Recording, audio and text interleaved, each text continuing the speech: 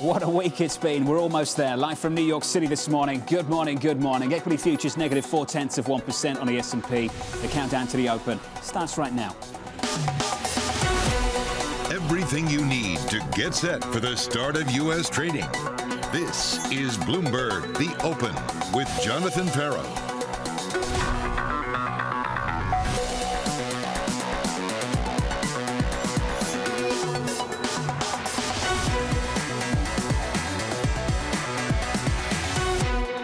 Live from New York, we begin with the big issue, the tech wreck rerun. There's clearly disappointment in the market. If you take the five sort of mega cap tech companies today, whether it's Amazon, whether it's Microsoft, Meta, Apple, Amazon, they have all missed in terms of either numbers or expectations. All of a sudden the demand is slowing. Their earnings and their growth is slowing. The impacts of the dollar are absolutely massive. Big tech is not immune from that. We did see a blowout in costs. They've invested a lot in CapEx. Multiples clearly are still not cheap enough to justify being able to absorb some of these earnings hits. You need to have investors reset expectations. We've been so used to blowout earnings from most of these tech companies. This quarter in particular is proving to be a watershed moment for big tech. What a week for the second time. Lori Calvasini joining us now from RPC alongside Morgan Stanley's Sri Sankaran. Lori, great to have you with us. Sri, to you as well. Lori, first question. Looking at earnings, and I know you look at a couple of things right now. In fact, I think it's about 3 or 4. Consumer resilience, the character of the inflation story, labour and supply. What are you learning from those 4 things? So, look, I think as we go through reporting season as a whole, it does feel like companies are starting to talk a little bit about labor getting a little bit easier. We're also obviously seeing some companies, particularly in the tech space, talk about slowing down hiring or starting to actually lay some people off. So we do think the labor backdrop is getting better. I would say on the demand side and consumer resilience, the banks were singing a very strong song of consumer resilience early on. I think as we've gotten deeper into reporting season, we are starting to see some additional cracks, if you want to call them that. But in general, I think things are holding up reasonably well. But there are clearly some winners and some losers on that front where things are holding up better than they are for certain companies than other. And the market is being discriminating here, and rightfully so. In a major way, too, because there's been massive cracks in tech, Lori. Microsoft earlier this week after earnings down almost 8%, Alphabet down 9%. Amazon on my screen going into the opening bow down about 13, 14 percentage points. Lori, interesting to me that we've seen outperformance in the small caps in a big way on the Russell versus, say, the Nasdaq this week, that we've seen the equal weight S&P 500 just show that the damage hasn't spread beyond those single name tech stories, the likes of Alphabet, Microsoft, Amazon. What do you make of all of that? I think the word rotation is what's coming to mind, John. I mean, we've been watching the small, large trade very closely. It's been stuck in a trading range since January of this year after massive underperformance last year. And if you look really hard at the chart on R2 versus S&P, you can feel like it's actually really starting to break out this past week or so. And I think that's simply because, John, we got the pain out of the way very, very early on in the small cap space. I think the market recognizes that. There's less international, less Europe baked into the small cap space as opposed to, say, the big cap growth, big cap, mega cap tech stocks. And the market is starting to move away from areas where there's still risk to be priced in and moving into the areas where a lot of these risks have already been baked in. And that is what is supposed to happen when you make bottoms in the middle of a recession. Lori, is that a story you want to stick with into year end? I think so. Look, John, I think it's always, I've done this a long time, been a strategist for more than 20 years, and December is always unpredictable. There are always wild things that can happen. I'll tell you one thing I have thought about a little bit the past few days. The average move, if you look in a midterm election year, that rally into year end is about 7% on average. Now, some years it can be a lot more. In 2002, it was over 20%. But we have kind of done the average in here. So, we're right at my target for year end. I think it's interesting. The move that we've already had has been pretty strong. Now we're starting to counter some turbulence. But in general, I think you set up for choppy conditions at least through the first quarter of next year. Sri, I caught up with your colleague, a good friend of this program, Mike Wilson, over at Morgan Stanley earlier on this week. And he talked about maybe that rally continuing into year end. Just as a team, Sri, you seem to be much more constructive on the near term in this market than perhaps going into early next year. Why is that, Sri? Thanks, John. So, as you spoke with Mike earlier, the thought process here is that some of this earnings capitulation, particularly with respect to the guidance into next year, i.e. the 2023 numbers being revised lower, Mike's thought process here is that that can take a little longer than what we had initially penciled in. So it's not like the third quarter numbers per se would just be the quarter of capitulation, so to speak, on these numbers. So that's one aspect of it. The other aspect of it comes from the rates volatility side of the equation. Our thinking here is that at least over the kind of call it the next couple of months, you could enter more of a consolidation phase with respect to bond yields. It's this combination of a more protracted downward revision with respect to earnings and some bit of respite from the rates volatility near term. That's kind of what's driving this tactical thinking. But the medium term and the longer term narrative, as you very well know, hasn't really changed. Still cautious on how this cycle is evolving. Sri, where does that leave the credit spread story? Because you and I have gone back and forth on this. If you look at overall yields, look at price, look at the damage done to credit, it's pretty big. If you look at spreads, where spreads are right now on high yield, in and around 500 basis points, it doesn't scream recession. That's an ongoing conversation for you, for others too, Sri. Where are you and the team on that now? Yeah, I think that's been like a very interesting aspect of how the credit markets evolve, right? So much as we speak about earnings capitulation, what's also clear is that while the credit markets kind of are penciling in more stresses, it doesn't speak, when you look at the spread measure, it doesn't speak to any kind of very imminent recession fear, so to speak. But part of our thinking here is that a twofold. One is we need to take into account the nature of the quality of the market, particularly we look at the high yield space. It is much better. It is a low cash price index that does speak to some of the kind of spread related overshoot being more modest this time around. So we shouldn't be holding the high yield market to kind of test the 800, 850 basis points, which we typically see as a recession threshold. I don't think that that's likely to happen this time around, particularly if the recession is mild. But the other side of the equation is also that when we look at the portion of the very low quality high yield space, there is a sizable portion of the market that's already trading at distressed levels, and particularly look at cash prices. I mean, we're saying roughly 50 billion is trading at the cusp of like 50 cash price. I mean, these are interesting levels for some of the distressed players. So that's why rather than just staying in the up in quality, focus on the BB low duration pockets, we're advocating a bit more of a barbelling trade. So look at the very low cash price distressed credits, which could start to perform if this whole cycle plays out a bit longer. But thought process here, distress plays out over a longer time frame this time around. Sure, you talked about the improving quality of the index, and many people have echoed that view as well. We just haven't had that much supply in high yield either, and I know that's been a factor, a supportive factor behind that index as well. The maturity wall, Sri, it's not on the horizon. That's what I keep being told by so many people in your world, that the maturity wall for many of these companies is not on the horizon. I know you've given this some thought recently, your whole team is. When you look at certain companies, where do you find capital structures that just aren't built for this era of higher funding costs?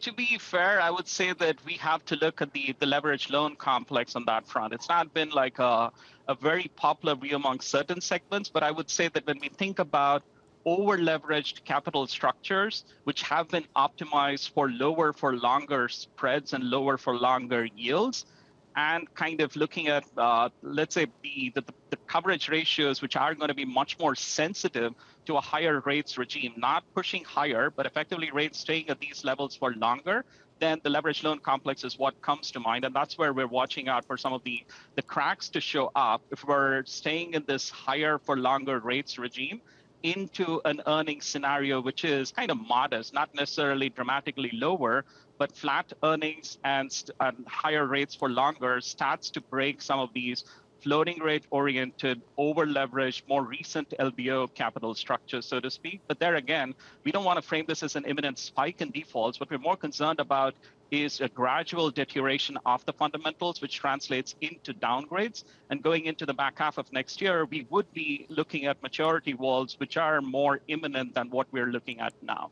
And if this setup continues into the back half of next year, that's when the problems come to a head. Let's talk about the earnings story right now. Equity futures almost unchanged on the S&P 500. Kaylee, I guess it's simple. The old economy looks good. The new economy, not so much. Yeah, especially in the form of Amazon, which is just taking an absolute pounding in pre-market trading, down about 13% after warning that growth in the holiday quarter in terms of revenue growth is going to be its slowest on record. Investors clearly do not like that. What is interesting is Apple also warned of a slow holiday period. They also missed when it came to iPhone and services revenue, but because overall they beat on the top and bottom line, they aren't getting super rewarded, but they also aren't getting beaten down. Apple's only up about 0.4%. And Intel and Pinterest, which Intel surprised on cost cutting, Pinterest surprising because it's actually faring better than a lot of other social media companies, is getting a very sweet reward, up about 10%. And this really just speaks to the pattern this earnings season. If you miss, you are punished harshly. If you don't, it's pretty sweet. And of course, for big tech in particular, it has been the punish harshly element of that. Amazon, Microsoft, Alphabet, Meta, all together this week will have seen about $500 billion wiped off their collective market cap. It's been absolute carnage. But on the flip side, those companies that have beaten have actually gotten decent rewards. And Goldman says a measure tracking how far stocks are moving in different directions on earnings days had surged to the highest since 2013. And the moves themselves have been quite large. Goldman says the average S&P stock has moved about 4.7% in either direction after posting its results. Back to the big tech story, though, the issue here really is that these players make up such a huge portion of the equity market. So where they go, the S&P tends to follow. That is why the market-weighted S&P 500, in which those names carry a heavier weight, is underperforming that of the equal weight S&P, in which every stock is given the same weighting of 0.2%. So basically, John, heavyweights aside, the rest of the S&P isn't looking so bad. Yeah, I agree with you. The equal weight has been the story of the week. Kelly Lights there, breaking it down for you. Laurie, let's talk about this. The old economy, the energy names, earnings look great. The new economy, tech names, earnings look bad. When Sri and others talk about capitulation on the earnings story in Q1, what do you think capitulation looks like? Well, I do wonder if we're starting to get some of that capitulation in the tech names right now. I mean, we know that in the broader TIMT space, earnings sentiment was already pretty lousy coming into this, and it somehow has managed to get even worse. But I think when we talk about earnings capitulation, John, what we really think about is when do revisions stop going down broadly for the S&P 500? My guess is, and this has been my view for some time, is that there's just no way we're going to get that across the broader market until the first quarter of next year. And as I've been going through transcripts this week and last week's, John, there have been a lot of companies that are just flat out saying to the sell side analysts in Q&A, we are not going to talk about 2023 right now. Come and check back with us in February. They are being very, very clear on this point. And look, sell side analysts, I love them, but they don't tend to take their numbers down until companies adjust their guidance. And that is just a reality that we all have to realize. And so I think we're not going to go through this process really until February and March. And typically, you know, you can see stocks put in a bottom 3 to 6 months before earnings revisions turn positive again. So it is possible for the market to bottom now. But to really kind of get out of this rut, to get out of this hole and really break out, I do think we need to get those earnings estimates adjusted. And we got a few more months to wait on that, unfortunately. Laurie, going to stick with us. Laurie Calvasina there alongside Sri Sankaran. Right now, futures basically unchanged. Amazon in the pre-market down by 13%. Laurie talked about the analyst. I won't pick on anyone in particular. I did take a snapshot of the analyst recommendations. Going into that Amazon print, we had 55 buys, 2 holds and just 1 sell. That stock's down 13%. Coming up, President Biden praising the state of the US economy. The GDP results came out and the economy, in fact, is growing. In fact, the economy grew at 2.6% rate last quarter. There is some pushback to that conversation up next.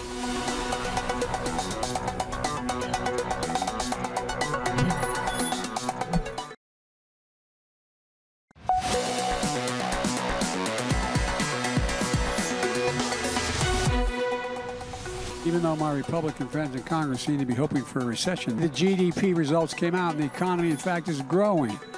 In fact, the economy grew at 2.6% rate last quarter.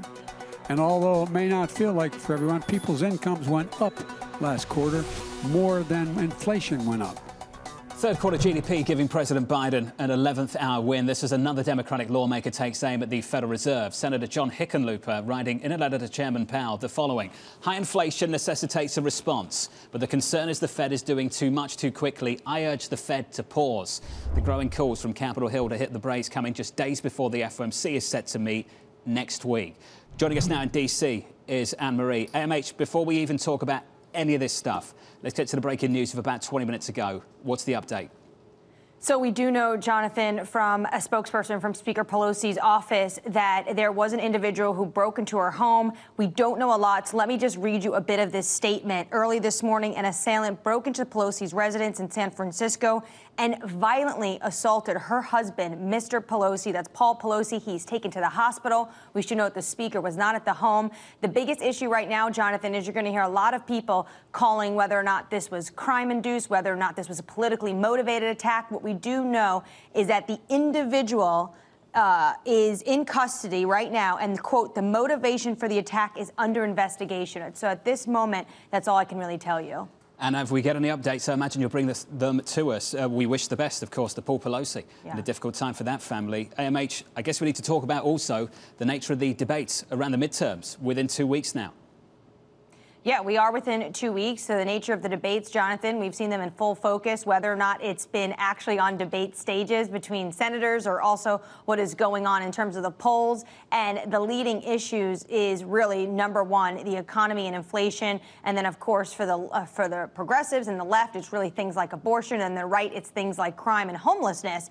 But if we focus on the top issue, and that's the economy, and what I know you're eager to talk about, is this growing chorus within the Democratic Party putting pressure on the Fed. And as they begin to meet next week, and everyone is poised and expecting the 75 basis points, another rate hike, they are saying take a pause. And the latest was Senator Hickenlooper, and this, of course, comes on the back of Senator Sherrod Brown earlier this week sending a letter to Jay Powell. And his point is take a pause now because the economy needs to absorb these rate rises, and they should see how the economy is faring before they do anything else. They are very worried about the fact that as the Fed tries to bring down inflation, which of course they want to see, they also do not want them to make a mistake and potentially cause an unemployment crisis. AMH, just quickly, final word, Anne-Marie.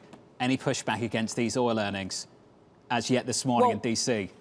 Not yet this morning, but yesterday the president made it very clear when Shell came out with these record profits, talking about the fact that and not only was these profits sky high, but that they were dividends, and instead of putting the money to consumers and helping them at the pump, they're shelling out dividends to shareholders. The president, when he looks at these Exxon earnings, Jonathan, I imagine the Democrats are going to use this to once again attack the oil industry.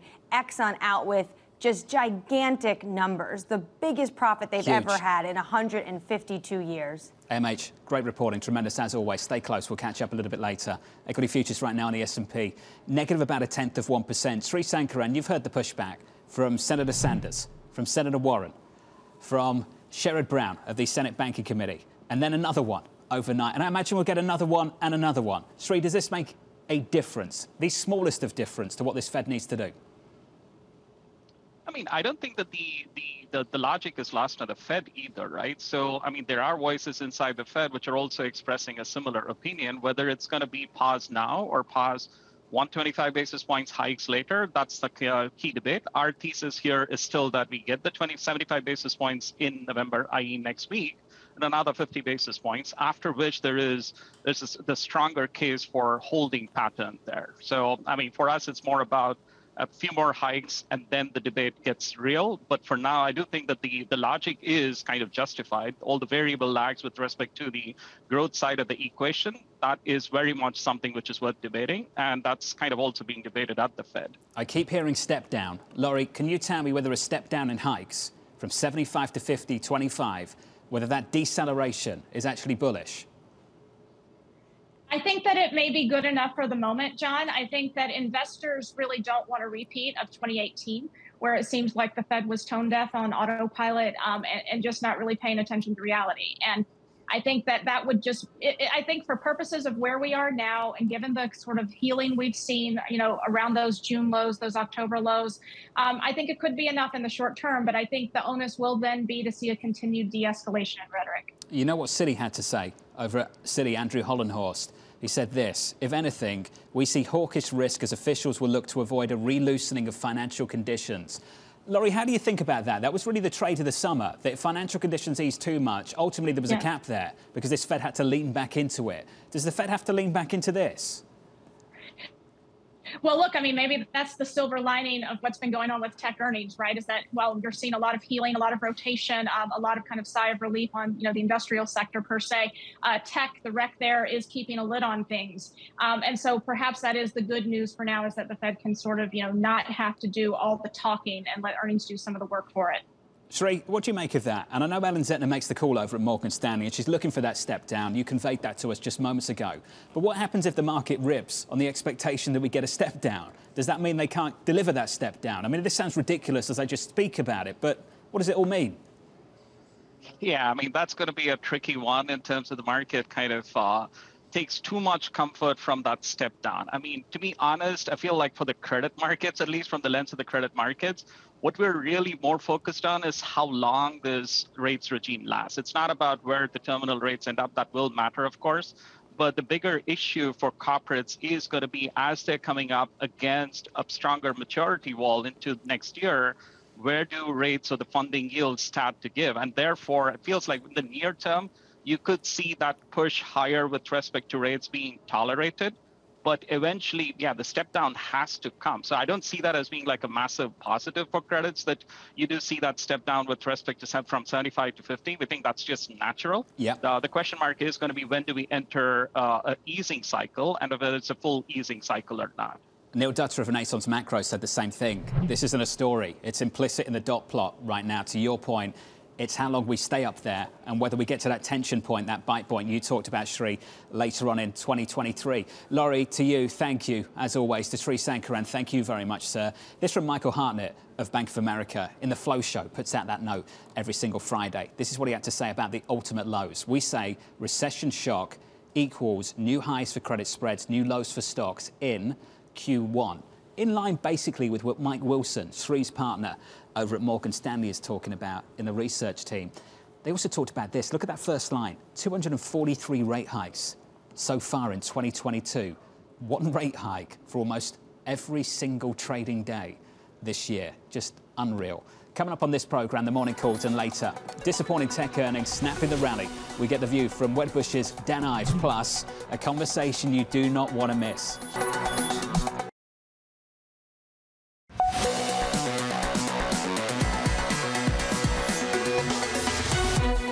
About 5 minutes away from the opening bell, equity futures unchanged on the S&P. Big move in yields in the bond market off the back of resilient data in America and ugly inflation data out of Europe. That's the price action. Let's get you some morning calls. First up, Deutsche Bank downgrading Caterpillar to hold, expecting further upside to be limited after quarterly results. Barclays upgraded Intel to equal weight, predicting shares are nearing a bottom after announcing its cost-cutting plans.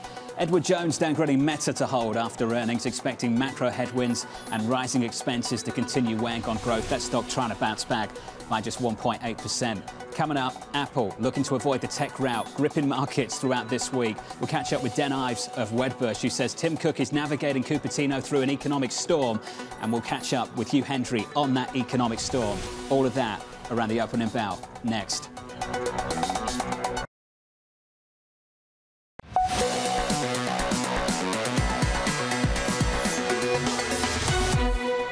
24 seconds away from the opening bell this morning. Good morning to you. Equity futures look like this on the S&P, essentially unchanged on the S&P 500. On the Nasdaq, lighter, softer, negative on the week on the session. We're down about 0.2%. The tech rate, the carnage, pretty clear for everyone to see. First it was Alphabet and Microsoft, then it was Meta, it's Amazon this morning. Let's the opening bell, switch on the board and get to the bond market. Yields look like this on treasuries. 10-year yields higher by 8 or 9 basis points on a 10-year, just north of 4%. Euro dollar not doing much, 99.69, but look at the bond market out of Germany. Bunds, ugly, yields higher, an 11 handle on CPI. In the commodity market, crude 87.85, down by 1.4%. We'll talk about the winners, Exxon, Chevron, with Abbey a little bit later this hour. For tech, it's a tale of two earnings. Apple dodging the tech route. Amazon delivering a warning, telling investors to brace for the slowest holiday quarter growth in the company's history. Ed trying to stay on top of all of this and more. Morning, Ed. Yeah, good morning, Jonathan. I think the street points to Apple's top and bottom line beat in the quarter, despite weakness in pockets like iPhone sales and iPad, and says this is evidence of resilience, right? Given the week that we've had, they'll take what they can get at this point, though I would say that Luca Maestri, the CFO of Apple, did caution about how the final 3 months of this year looks, and there's no immunity for Apple from the currency headwinds that have played out throughout earnings season. Amazon, a completely different story. We're down 10.4% at the open here. Biggest drop since April. I'm just looking at my Bloomberg terminal. The stock now at its lowest level since April of 2020. Companies in this earnings season have lived or died by the forecast they've given for this current period. Let's be honest about it. And an estimate of $140 to $148 billion of sales in the final 3 months of this year, the holiday quarter where Amazon traditionally books almost a third of its annual revenue, was not what the street was looking for. They were looking for $155 billion plus. And there's actually a long list of problems for Amazon here, right, John? It's not just the currency headwind, which hit them to the tune of $900 million in the quarter just gone. It's the narrative that this is going to continue. This is a company that's been trading at 40 times forward earnings, and where for the 5th consecutive quarter, expenses have outpaced the growth in revenue, and that's a real concern from the street. What's more is that the narrative was supposed to have changed. Andy Jassy is supposed to be more focused on the bottom line and moving Amazon away from those pandemic-era investments that it's made towards being sort of a greater driver of growth. And those units in the past quarters that have come to the rescue, I'm talking about AWS and advertising, also showed softness. But yeah, Apple, really interesting because they'd reacted proactively to that stronger dollar by raising prices in services. Services was also a pocket of weakness as well. So a mixed bag, but you look at how the market's doing. We're up 0.3% on the NASDAQ 100. You try and digest the week that was, John. Just unreal. Just a final word from you, Ed. There's one stock we won't be talking about anymore. It's Twitter. What's happening over there this morning? Yeah, look, I'm hearing actually there's a lot of people that are unhappy in the workforce. That's not surprising. I'm hearing that they're bracing for more layoffs before we are supposed to hear from Elon Musk speak. Remember, I reported that sources were told Musk will address what staff remain at some point during Friday. Just a little piece of news that I've noticed. I believe that Kanye West, or Ye as he's now known, I believe that his suspended account has now been unsuspended. I think we've got to change the story. This is a platform that has outsized societal impact relative to its user base. And what we want to know is how Elon Musk is going to change it. And also there's the thing about debt financing, John, because I'm pretty sure the bankers are worried about that one. I'm pretty sure they're upset about that one. Ed Ludlow, thank you, sir, on the West Coast. Dan Ives of Wedbush doing something you don't usually see from Dan Ives of Wedbush, which is a price cut on Apple. This is what he had to say. In a nutshell, relative to other tech stalwart earnings this week, Apple is a clear standout and should start to get more focus as the Rock of Gibraltar name in large-cap tech land, with Cook flying Cupertino through the economic storm. Dan, I'm pleased to say, joins us right now. Dan, this has been a tough week for big tech. Are you rethinking the thesis around any of these names? Look, I think you got to sort of bifurcate. I think Apple and Microsoft, they're the ones that I think are all going to lead tech higher. I think those were ones that it's Cook and Nadella that were able to navigate the storm better than some of the other companies. So I think you got to bifurcate. I think if you look at a name like Meta, as well as some of those theses, that's a disaster. So I think it's not each in sort of hitting the same type of softness. I think you got to bifurcate the different stories. Dan, what's the appropriate multiple to put on this name now, given their guidance for growth over at Apple? Well, I think Apple, when you look at currency, it's about 1,000 BIP headwind. Yeah, X currency, it would be double digit in sort of every region. I think this is a re-accelerating from an underlying growth on services. I think you sum of the parts it, hardware business, services business is worth, we believe, about 1.2 to 1.3 trillion. I think this is, let's say worst case 175 as we sort of re-accelerate, and I think best case is over 200. That's why we remain bullish, and this remains our top pick. And I think when you look at this carnage that we've seen in big tech, I think Apple relatively comes out smelling like roses relative to the other tech players. Dan, I'll never forget an interview I did with the former Vice Chair of the Federal Reserve, Rich Clarida, and he talked about transitory. And I said, Vice Chair Clarida, how will you know if you're wrong? And when will you know? Dan, as a big Apple bull, how would you know if you're wrong about this company and your outlook? I think if we do Asia checks over the next, call it 2 or 3 months, and we continue to see cuts in iPhone demand, then that combined with services starting to soften, that would be one where we'd be wrong on the thesis. And we're not seeing that, John, in terms of so far. I do think demand holds up well on this iPhone 14 cycle. I think what's different with Apple, and I'd say Microsoft as well, is that install base. I mean, they have that golden install base. That's how Cook's able to navigate this storm more than you see Zuckerberg and others this week. Hey, Dan, good to catch up. Dan Ives, the pain Thank you. at the single name level in tech this week has been unreal. Apple may be the relative standout. I've been excited for this interview for a number of weeks now, and I'm pleased to say that Hugh Hendry, formerly of Eclectica, is with us around the table. Good to see you, Hugh. I don't look cool enough sitting next to you. I think I'm going to have to lose this tie in a minute. Thanks for coming into New York. I want to start with this. It's a comment I heard on your podcast, The Acid Capitalist, about a month or so ago. And you had an investor on that used a line that I've heard a million times. We've all heard it a million times. I'm long equities because over the 5-year period, usually equities provide me with a positive return. And you questioned that, and I think we all need to question that in this environment. What did you say back? Well, I mean, it's you know, the Warren Buffett line, never short America, and I certainly don't want to go against that. But also, it's the conceit and the arrogance of a well-formed argument. It is true. There has never been a 10-year rolling period where it's not been the right thing to be long. That doesn't make it right moving forward. You know, there had never been a period where nationwide US house prices had fallen together until it happened. And when it happened, it devastated the global financial system. And today, we're still trapped in the mire of what happened 15 years ago. So you're saying that a century's worth of market data is not long enough? Do you have to take history back a little bit further? Is that how you think about this? No. I mean, no, this is Asian philosophy. You only free yourself from the shackles of being a slave to market rhythms when you recognize the impermanence of things. Things change. Things like the Fed put, things like the Fed's understanding of money, things like the devotion to Dan in his rather spectacular jacket and his recommendation for Apple. Yep. Things change. Do you think the Fed's in a policy trap? I think the Fed is confronted with Fed fog.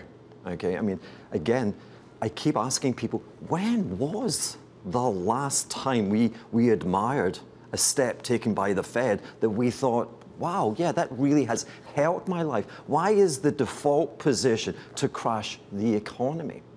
So the hikes are the wrong call? I believe the hikes will not result. They're dealing with a political problem that generated, hey, listen, without a doubt, we have seen an elevation to the tune of 10% in general global prices, right? And that 10% ain't coming back to zero. But for me, it's an elephant passing through the body of a snake, if you will, right? It refers to a supply shock, okay? It's gone. We're looking at Amazon's results, okay? Amazon had 100 warehouses full of inventory because they overestimated. And what's your headline again? We're looking at Amazon's worst holiday sales ever, okay? And we've had 2 consecutive quarters of GDP decline, and the Fed saying, recession? What recession? This is a recession that's getting bigger and bigger, and that's the fog. You've picked up on it, the mismatch between demand and capacity. And it was a clear mismatch in 2020, 2021, but it was different. We didn't have the capacity, we just had tons of demand. Is it flipped already? Is that what you're seeing major signs of, that that's flipped already? And what does that speak to when it comes to the inflation call? It's flipped. I mean, show me the evidence in the commodity sector in terms of the higher prices. Yeah? Show me the evidence. Actually, I'll show you the evidence in terms of the household's reaction. There's a default reaction whereby, think of the economy as like one giant wallet, okay? And the expenditure going out, we know, is up 10%, right, in general prices, okay? Sure. And so if you maintain your average consumption of goods and services, you need 10% more money coming into the wallet, okay? I don't see it coming in. This is back to the Friedman notion that inflation is always and everywhere a monetary phenomenon. You need a spigot of 10% coming in to accommodate. If it's not coming in, you're cutting back. Where are you cutting back? On discretionary spending. Let's look at every discretionary stock in the market. Where is it? It's on its ass. So if we start a hedge fund tomorrow and we put together an investor committee, I'd have Mohamed Al-Erian as the chair to keep us well behaved through the whole meeting. I would have the likes of Druckenmiller there, the ingenuity of Druckenmiller. I'd have the conviction of a 90s Soros. I'd have the discipline of, say, Michael Platt over at Bluecrest. And I'd have you at the end of the table throwing grenades, saying, what if? If you could say what if right now, what is the big what if for you? Heavens, you need a joker, yeah. It's the unintended consequences. And I keep looking with a wary eye at our Chinese cousins and friends, and I look at their currency. You've got to remember that they were allowed to devalue back in 1994 with NAFTA, yeah, to 9. Where's the currency today?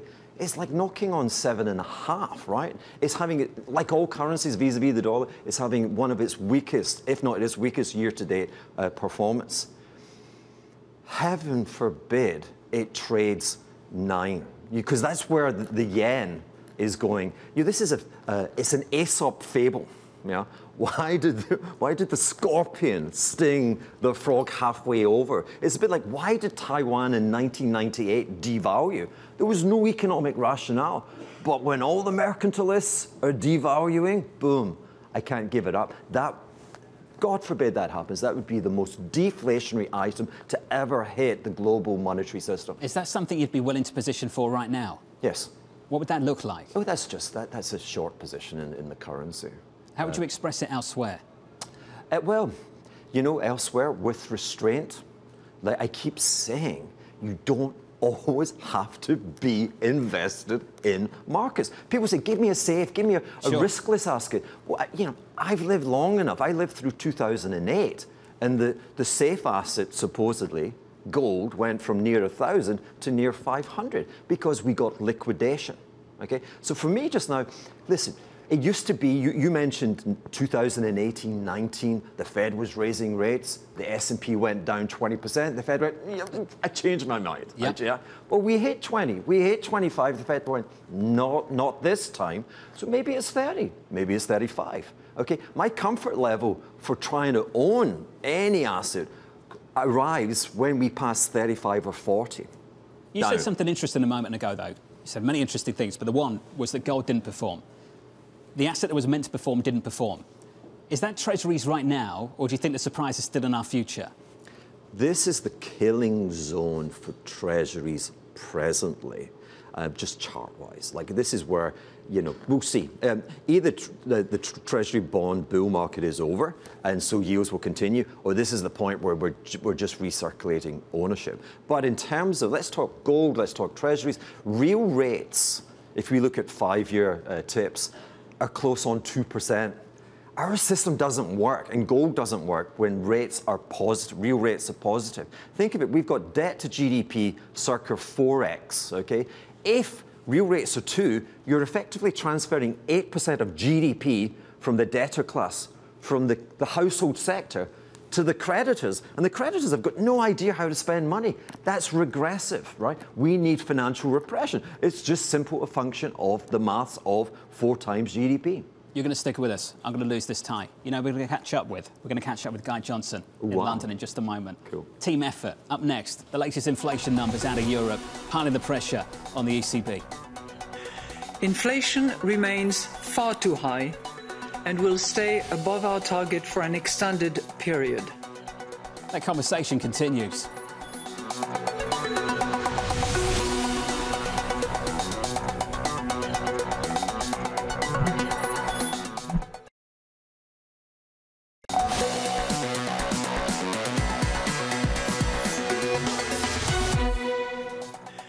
Inflation remains far too high and will stay above our target for an extended period. In September, euro area inflation reached 9.9%. In recent months, soaring energy and food prices, supply bottlenecks, and the post-pandemic recovery in demand have led to a broadening of price pressures and an increase in inflation. The pressure mounting on the ECB to deliver rate hikes just 24 hours after its last meeting. A host of inflation numbers out of Europe surprising to the upside and renewing recession fears. Guy Johnson out of London now. Guy, that print out of Germany, 11 handle. You have got to go back to the 1950s. You've got to go back to West Germany, John, to see a number as high as that out of Germany. The Italian number was pretty ugly. The Spanish number was okay, but broadly, inflation is elevated and is likely to remain elevated within the Eurozone. I talked to Peter Pret yesterday, the former chief economist at the bank, and he was talking about the fact that Lagarde was, for the first time in a long time, he thought, balanced. She was acknowledging the risks to the downside, and she was accepting the risk to the upside on inflation.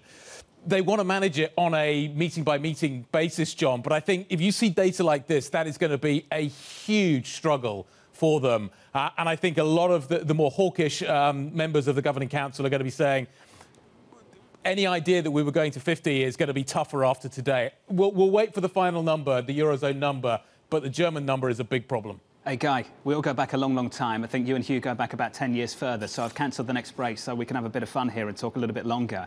Hugh, did you ever think we'd see an 11 handle on German CPI? Well, we're talking about going back to the 50s. Let's keep going back. Let's go back to 1948, when US CPI was running at 20%.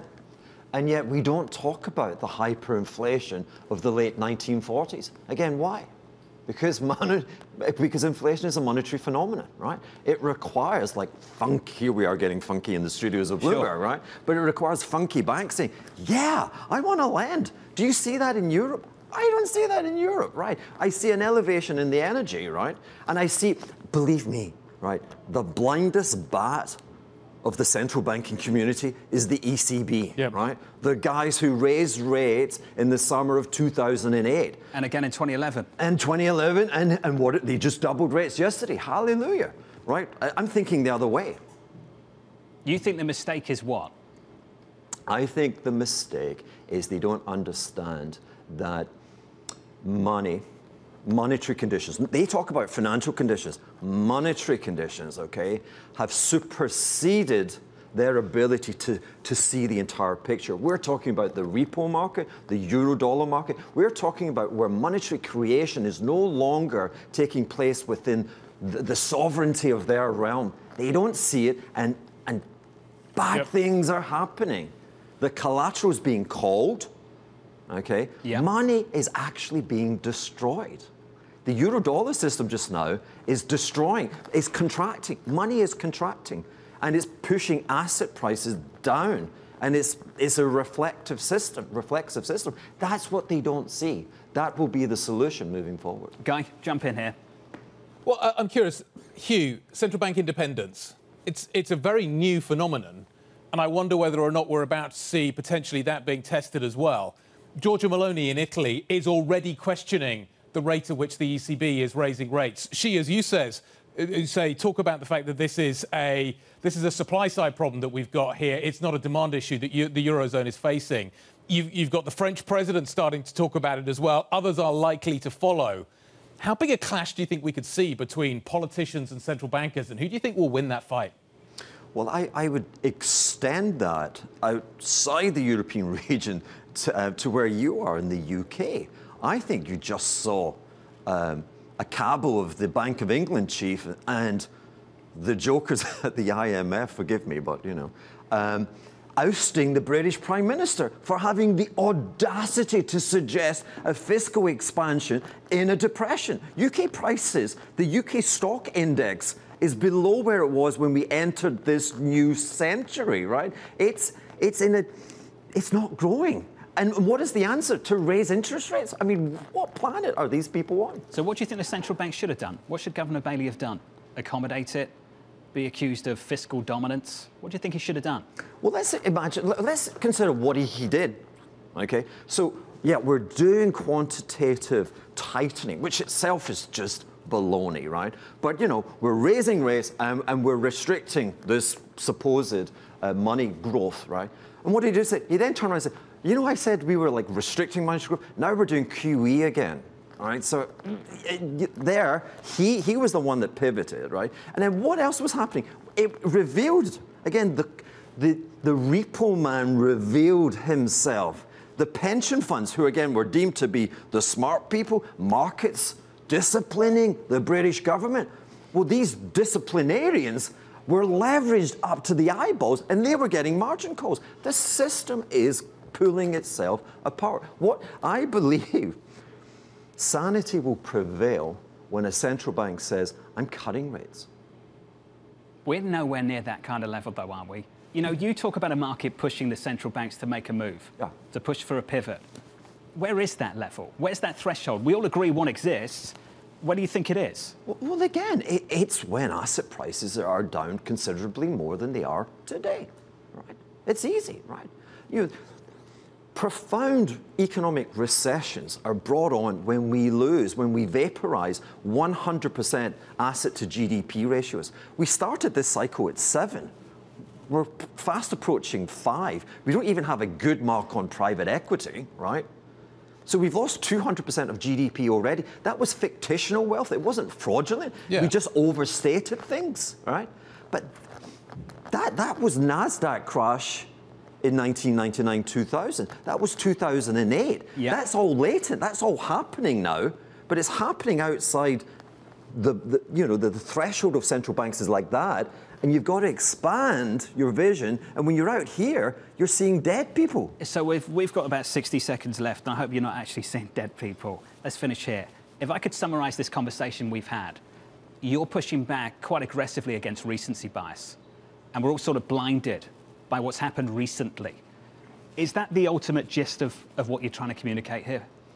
It is, and I think we have to recognize that all of the fascination, we have to go back 120 years to Germany and the Weimar and the inflation. Why has it not happened here? Because we have fire breaks. We have the outsized position of publicly traded debt markets.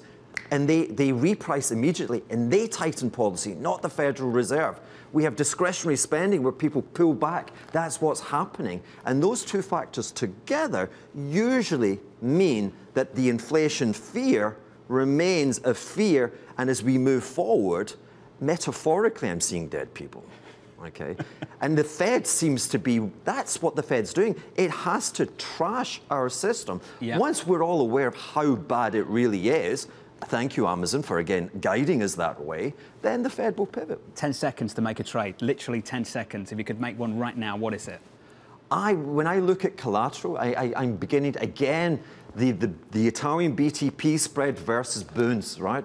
Only 15% of Bunds are in market hands, okay? And the Italian is being used as collateral as if it was a Bund. Italy is not Germany. Hugh. It's longer than 10 seconds, but we've got to go. Hugh Hendry, thank you, buddy. It's good to see you. Thanks to Guy as well. Live from New York. This was the countdown to the Open.